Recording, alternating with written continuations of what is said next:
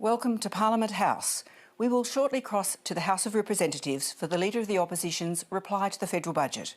On Tuesday night, the Albanese government delivered its second budget, which promised to provide cost of living relief amid high inflation and rising interest rates. Labor also says it's a responsible budget, which included the first surplus in 15 years. Since then, critiques of Treasurer Jim Chalmers' budget strategy have focused on whether it could actually add to inflation or that it ignores the difficulties being faced by Middle Australia. I'll be back with full analysis of tonight's speech, but first, here's Opposition Leader Peter Dutton.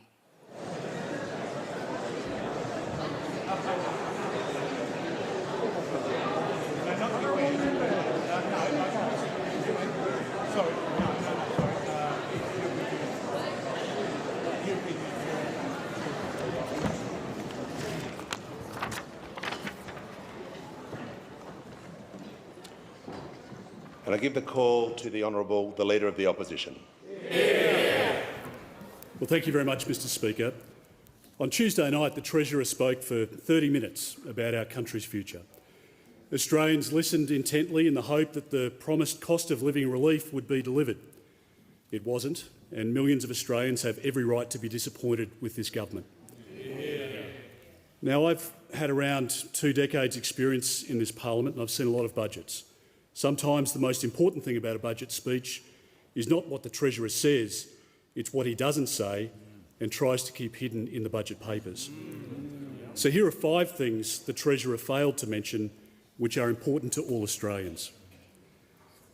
10 million Australians who earn under $126,000 will face a tax hike, and around 175,000 more Australians will be unemployed over the next 4 years. Secondly, millions of middle Australians, the backbone of our country, are worse off. The government is spending an additional $185 billion, yet middle-income Australians won't receive 1 cent. Amidst a housing and rental crisis, our migration numbers will increase massively by 1.5 million people over just 5 years, the highest number in our country's history, and more than the population of Adelaide. Without addressing housing supply and infrastructure, where will these people live?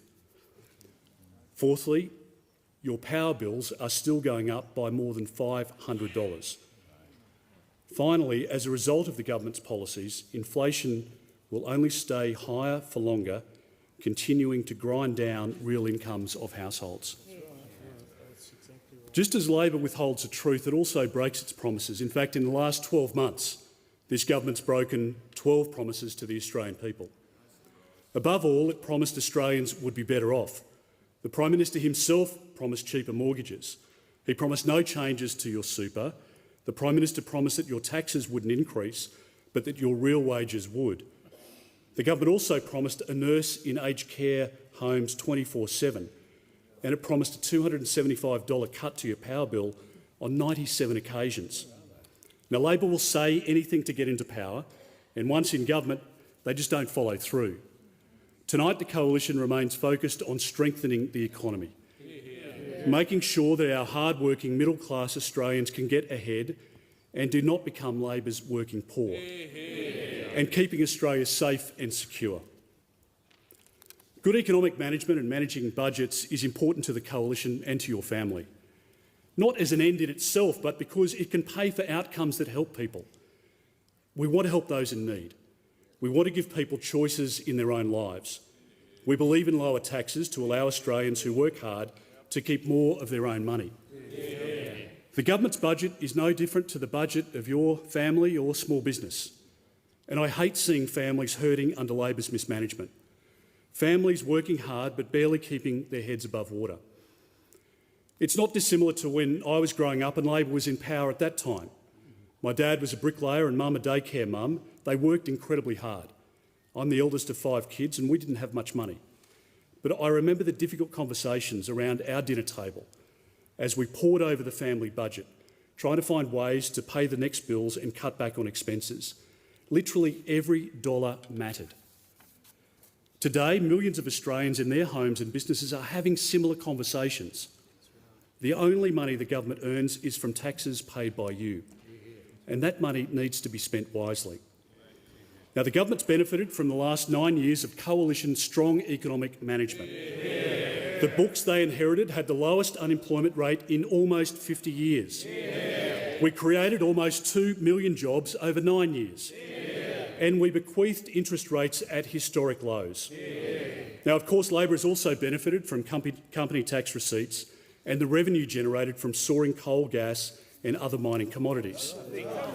It's a sector they give little support to publicly, but a sector full of hard-working people, people who fly in, fly out, spend a lot of time away from their families, and we should make sure that we support them.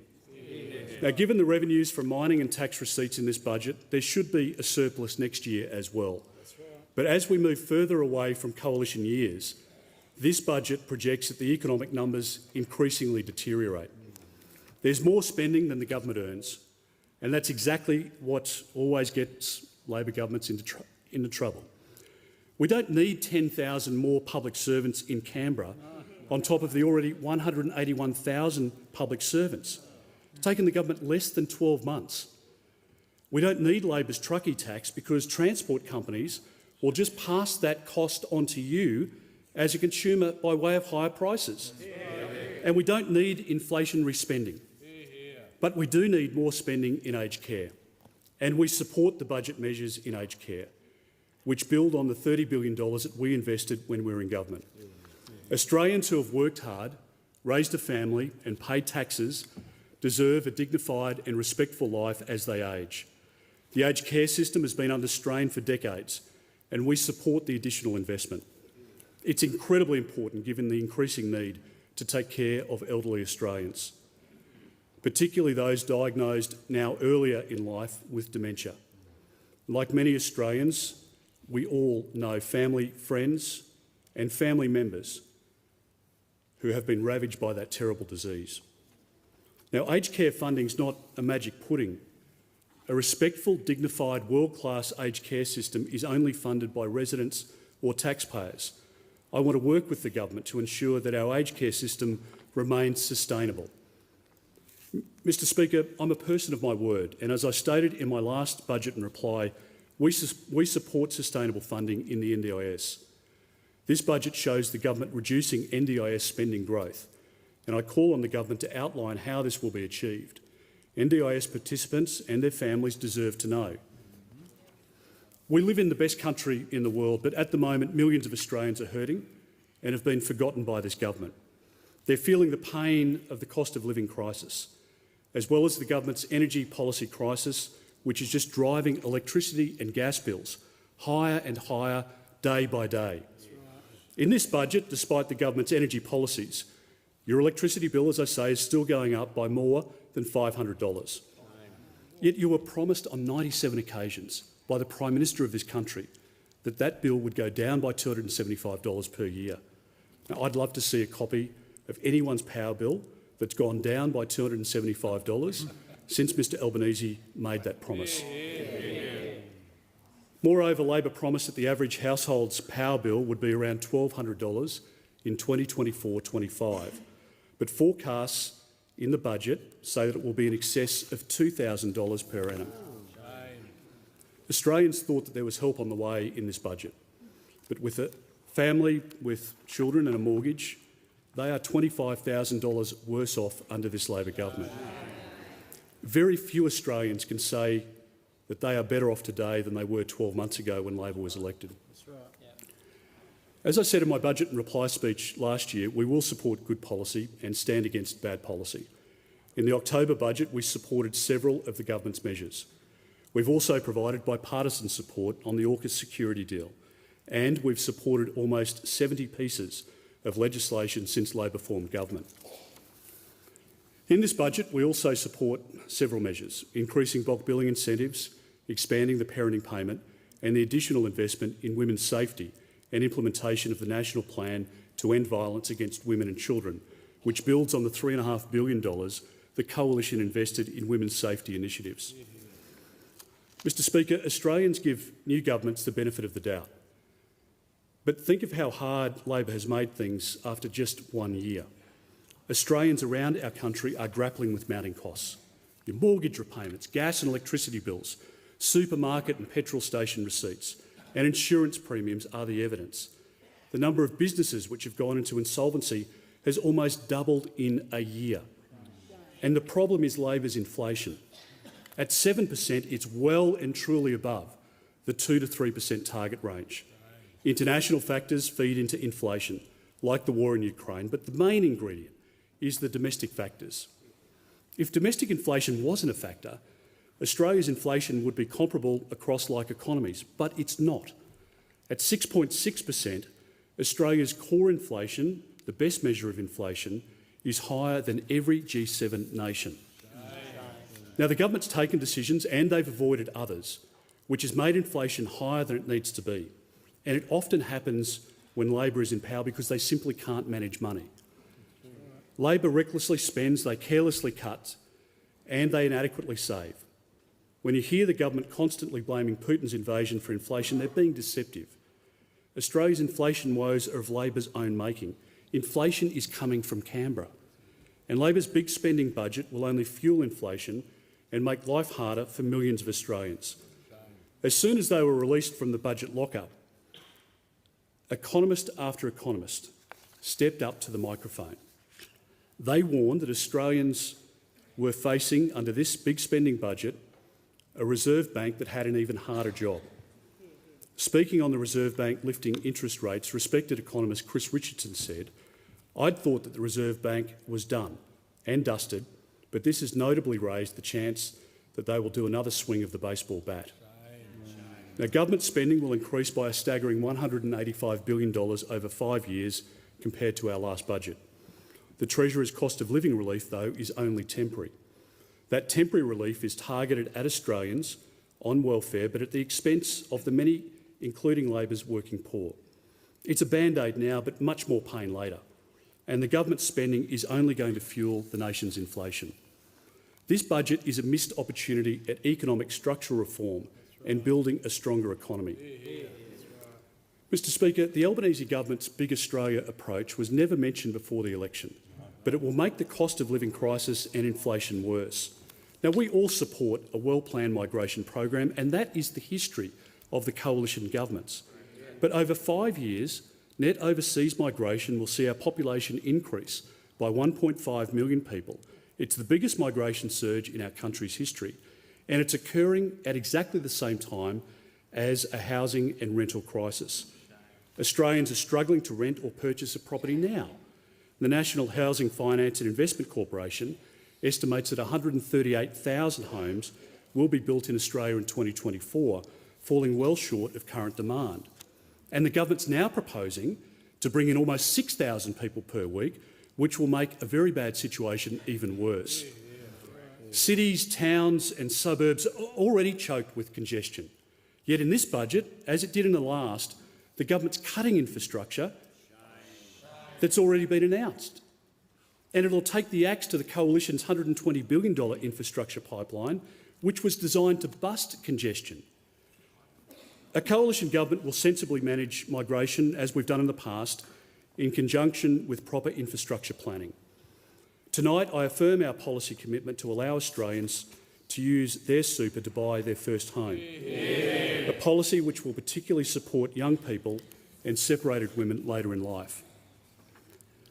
The best way to empower Australians is to make them masters of their fate, and that is through home ownership.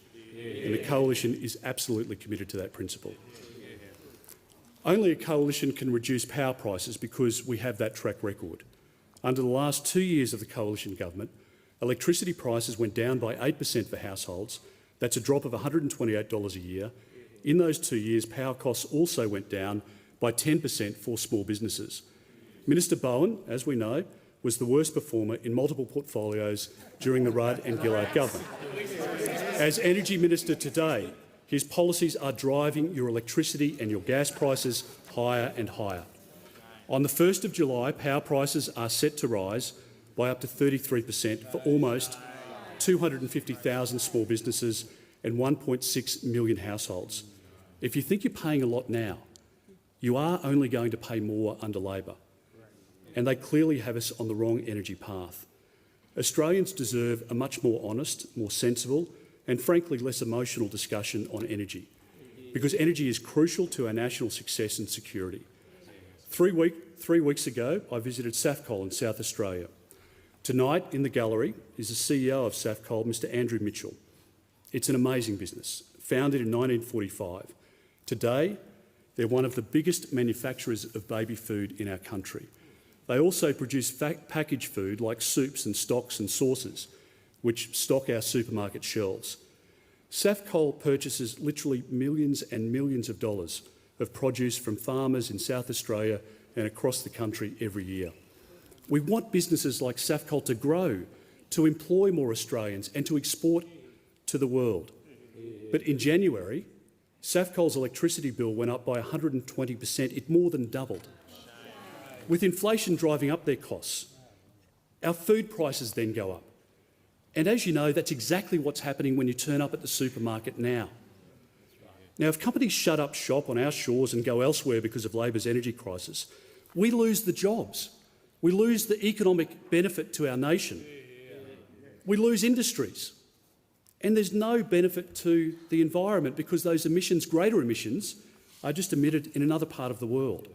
In that scenario, no one wins. So Labor is being deceptive with its energy policy.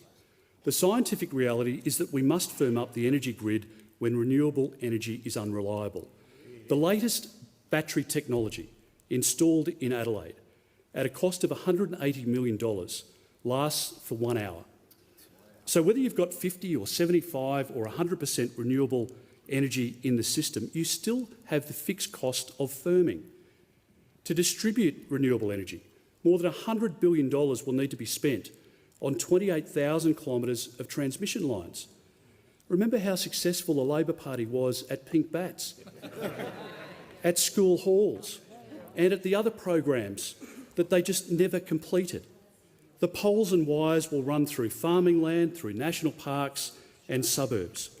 And aside from the huge environmental impact of this rollout, every dollar of that $100 billion that is spent will be passed on to you in the form of higher electricity bills. We want to see emissions go down. We support renewable energy, but indeed between 2013 and 2021, the Coalition cut Australia's emissions by 17%, while growing the economy and creating jobs. Next generation small modular nuclear technologies are safe, reliable, cost-effective, can be plugged into existing grids where we've turned off coal and emit zero emissions. In the 21st century, any sensible government must at least consider small modular nuclear as part of the energy mix. 32 countries, including Canada, China, France, the United States and the United Kingdom, use zero-emission nuclear power today, including to firm up renewables. 50 countries are exploring or investing in next-generation nuclear technology. And oddly, Labor is happy for similar technologies to power our future submarines. The submarines can tie up at docks in our capital cities with the nuclear technology and the nuclear propulsion systems, but you can't, under Labor's policy, have any consideration of powering that city with zero emissions using the same technology. It refuses to consider the benefits of onshore small and micro modular reactors. With the government against coal and nuclear, gas remains the only viable firming power today. And yet Labor wants gas gone too. It's undermining gas at every turn, and that's why your gas prices continue to go up. There are interventions in the market with price fixing, by funding activists to wage lawfare against new gas supply ventures, in introducing a new carbon tax 3 times more than Julia Gillard's, in pushing to electrify homes and businesses despite the exorbitant cost for families, and by increasing taxes on offshore gas and oil projects in this budget. Your household is paying for all of this, paying for all of it and so much more to come. A coalition will get more gas into the domestic system because we know that that will work. More supply into the system where there is demand will reduce prices. Labor is choking the supply of gas, which is driving the prices up. The key indicator that a government can't manage money is that it comes after yours. On the eve of Easter, Labor axed the former coalition's low and middle income tax offset. Around 10 million Australians earning $126,000 or less will now be up to $1,500 worse off. Now, Labor has abandoned the Coalition's tax cap of 23.9%, and we believe that the tax cap should be restored. Compared to our last budget, over the next 5 years, the tax paid by Australians will increase by more than $300 billion. In this budget, Labor has slugged our farmers with a new $153 million tax. They will be forced to unfairly pay for the risks of international importers, especially at a time when our farmers and producers are facing more uncertainty with rising input costs and workforce shortages. This tax will just simply be passed on by the farmers to consumers. It just means that there will be higher prices at the supermarket. And instead of taxing Australian farmers, tonight I announce the Coalition will establish an importer container levy as recommended by the independent review. Under a Coalition government, Australian farmers will not be punished for the biosecurity risk others pose by importing their products. Labor has been silent on its promise to keep stage 3 of the Coalition's legislated tax plan in full. Our tax cuts will see 95% of Australian workers keep at least 70 cents in every dollar they earn. Now, with about 400 days before the tax cuts take effect, believe me, there is time for Labor to break another promise. In this budget, Labor has doubled the tax on Australians who have worked hard, sacrificed and saved to invest in their super. This move will affect millions of Australians over coming years, including more than 2 million Australians under the age of 25, earning the average wage during their life. This government thinks that your super is their money. Now, this tax is an attack on Australians who have worked hard and saved to support themselves and their families. It undermines the fundamentals of our tax system in taxing unrealised capital gains. Now, just imagine for a second your small business, your farm or another asset will support your retirement, but under Labor, you'll pay tax on those things before you sell them, impacting your cash flow. Now, to those who have welcomed this tax, a word of caution.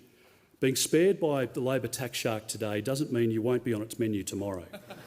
If Labor can't keep its promises to leave your super alone, any super tax cap will not be set in stone.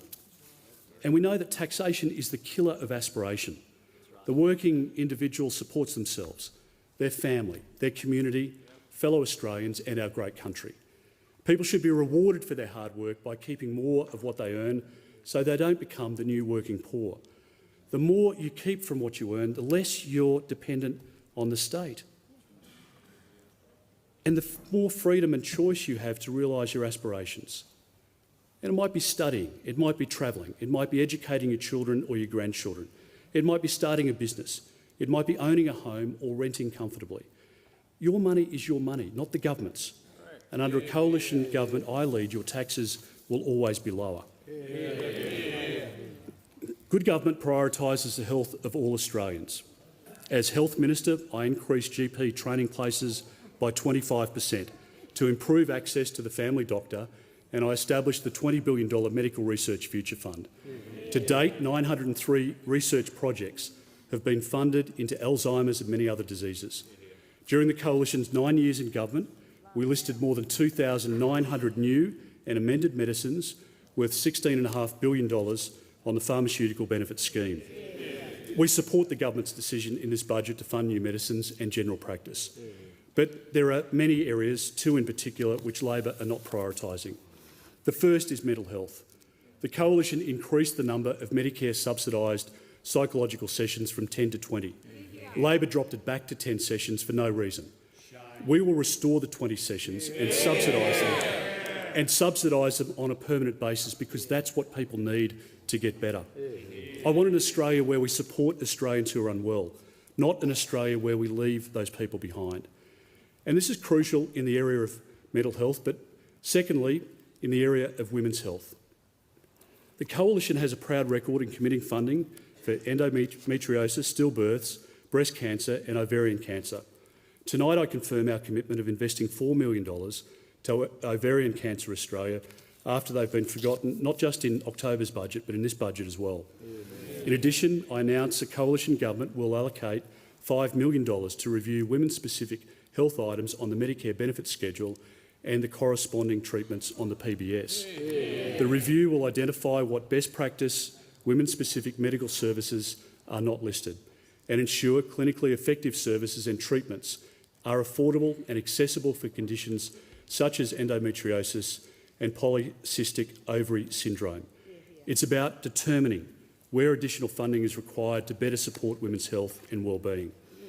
Better access to quality care for women-specific pain conditions will improve the quality of life of many women and the economic and social participation for hundreds and thousands of women in our country. As health will be a priority for future coalition government, so too will community safety. We will again fund the highly successful Safer Communities Fund. This program supported at-risk communities across the nation and assisted multicultural communities to protect places of worship. As a police officer, I attended my first domestic violence incident when I was 19 years of age, and countless others over my decade-long career. From that time, I committed myself to protecting women and children from violence. As Home Affairs Minister, I funded and opened the $70 million Australian Centre to Counter Child Exploitation, which has removed more than 500 children from harm. Tonight I announce that a coalition government will industrialise our law enforcement and intelligence strike capabilities against sexual predators online and in our communities. We will double the size of the Australian Centre to Counter Child Exploitation. I use this opportunity tonight to again call on the Prime Minister to hold a Royal Commission into child sexual abuse in Indigenous communities. Those children deserve no less. And I reaffirm our commitment to reinstating the cashless debit card in communities who seek to have it, so that welfare payments can be spent on food and kids, not alcohol and drugs. Its removal by this government has led to increasing violence, as we know, within many Indigenous communities, and in particular domestic violence.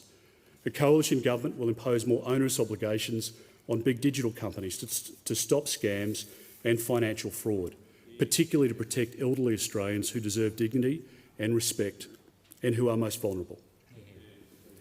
If the internet influences our children, so does content on our television screens. In our country, footy time is family time, but the bombardment of betting ads takes the joy out of televised sports. Worse, they're changing the culture of our country in a bad way and normalising gambling at a young age. Many Australian families have had enough, and that's why tonight I announced that a coalition government will move to ban sports betting advertising during the broadcasting of games. Ads would be banned for an hour each side of a sporting game. I encourage the Prime Minister to work with us on this initiative to get it implemented now. The best way to ensure Australians are getting ahead will always be to give them a job. And this has been the guiding principle of Liberal governments dating back to that of our founder, Robert Menzies. Jobs change lives, communities and families. Australia has achieved what was thought impossible in the dark days of COVID. Our unemployment rate hit a record 50-year low and has had a 3 in front of it now for more than a year. The labour market remains very tight, with over 438,000 job vacancies. After Labor's much-hyped Jobs and Skills Summit and the establishment of the Economic Inclusion Advisory Committee, there is nothing in this budget to reduce barriers to work to get Australians into those vacancies. There are over 840,000 job seeker recipients, of which more than 75% had no reported earnings.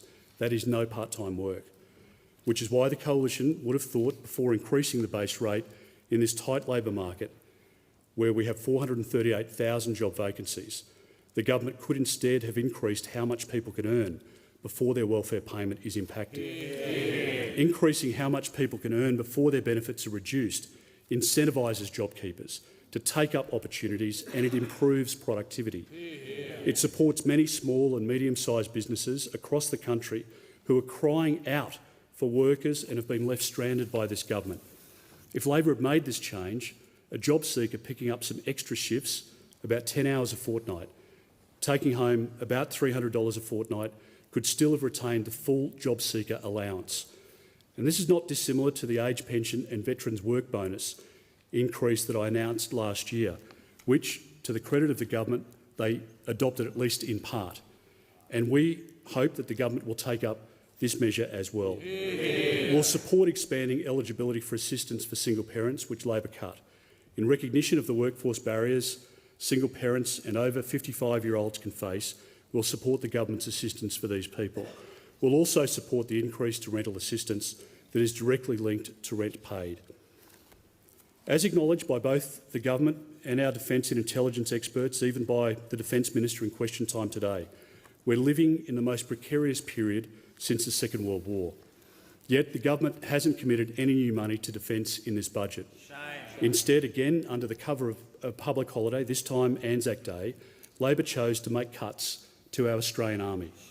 Labor reduced our infantry fighting vehicles by 2/3 and made cuts to the self-propelled howitzer program. This leaves our troops and our new strike forces more vulnerable, and it lowers morale, which is exactly what has happened under this government. Such decisions are also a big blow to Australia's defence industry, to local jobs and global export opportunities. In an increasingly uncertain world, it makes sense to invest in key defence capabilities to keep Australians safe. I've always been prepared to make hard decisions in our national interest, and under a government I lead, we will support, not undermine, the men and women of the Australian Defence Force. Yeah. Mr Speaker, Australians will be disappointed with the Albanese government's second budget, which adds to inflation and cost of living pressures. This budget hurts working Australians. Worse, it risks creating a generation of working poor Australians. We will restore economic responsibility by balancing the budget, getting debt, deficit and inflation down, and doing much-needed structural reform.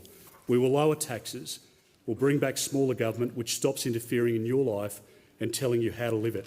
We'll pursue sensible policy, and unlike Labor, which shows favouritism to the few, we will govern for all Australians. Yeah. We're just shy of the first anniversary of this government, and I leave this question with the Australian people. Are you better off today than you were 12 months ago when Labor was elected? You deserve a better government, a far better government, and that's exactly what I will give you under a coalition government that I lead.